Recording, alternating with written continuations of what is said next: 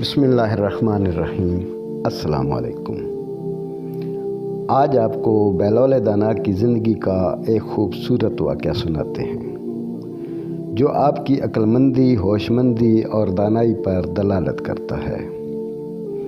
اس واقعے سے آپ ضرور محظوظ ہوں گے اور آپ ایک بہت ہی خوبصورت سبق بھی حاصل کریں گے۔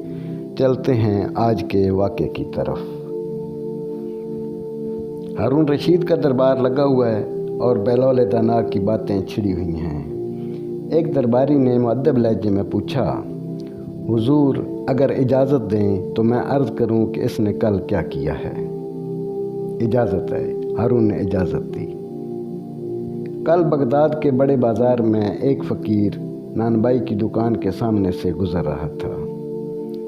اس نے انواع و اقسام کے کھانے چولہوں پر چڑھا رکھے تھے جس سے بھاپ نکل رہی تھی۔ ان کھانوں کی خوشبو ان کی لذت کا پتہ دے رہی تھی اور ارد گرد گزرنے والوں کو اپنی طرف متوجہ کر رہی تھی۔ بیچارے فقیر کا دل بھی للچایا، لیکن غریب کی گرہ میں مال کہاں تھا جو ان کھانوں کی لذت خرید سکتا، مگر وہاں سے ہٹنے کو بھی اس کا دل نہیں چاہتا تھا۔ کھانوں کی خوشبو اس کی بھوک بڑھا رہی تھی۔ بالآخر اس نے اپنے تھیلے میں سے سوکھی روٹی نکالی اور کھانے کی دیگ کی بھاپ سے اسے نرم کر کے کھانے لگا، جس میں کھانے کی خوشبو بسی ہوئی تھی۔ نانبائی چپ چاپ یہ تماشا دیکھتا رہا۔ جب فقیر کی روٹی ختم ہو گئی اور وہ چلنے لگا تو نانبائی نے اس کا راستہ روک لیا۔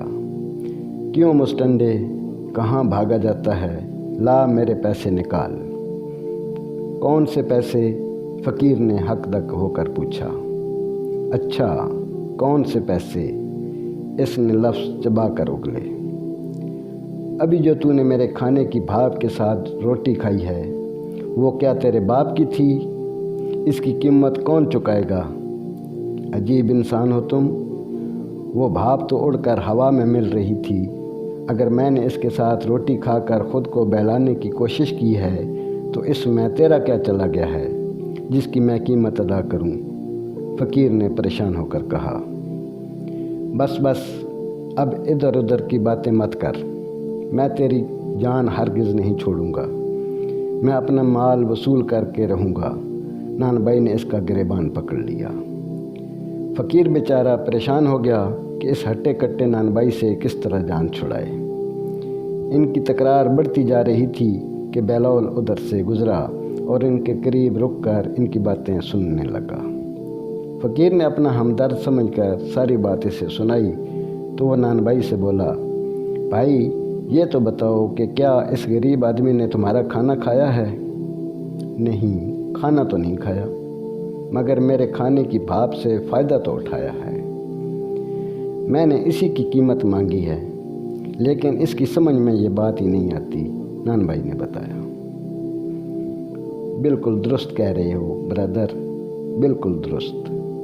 بہلول نے سر ہلایا اور اپنی جیب سے مٹھی بھر سکے نکالے۔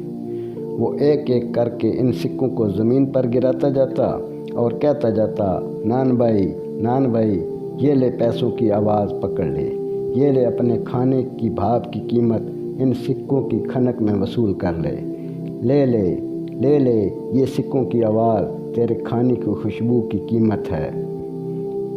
ارد گرد کھڑے ہوئے لوگ ہنس ہنس کر طورے ہو گئے۔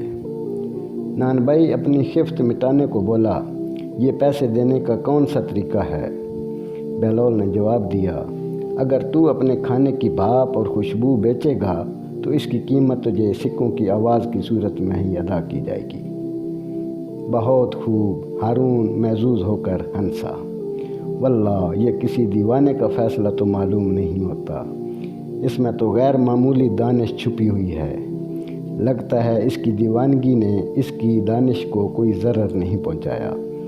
عالی جا بجا فرماتے ہیں، بہلول حرکتیں تو پاگلوں کی سی کرتا ہے، مگر اس کی باتوں میں اس کی دانش بولتی ہے۔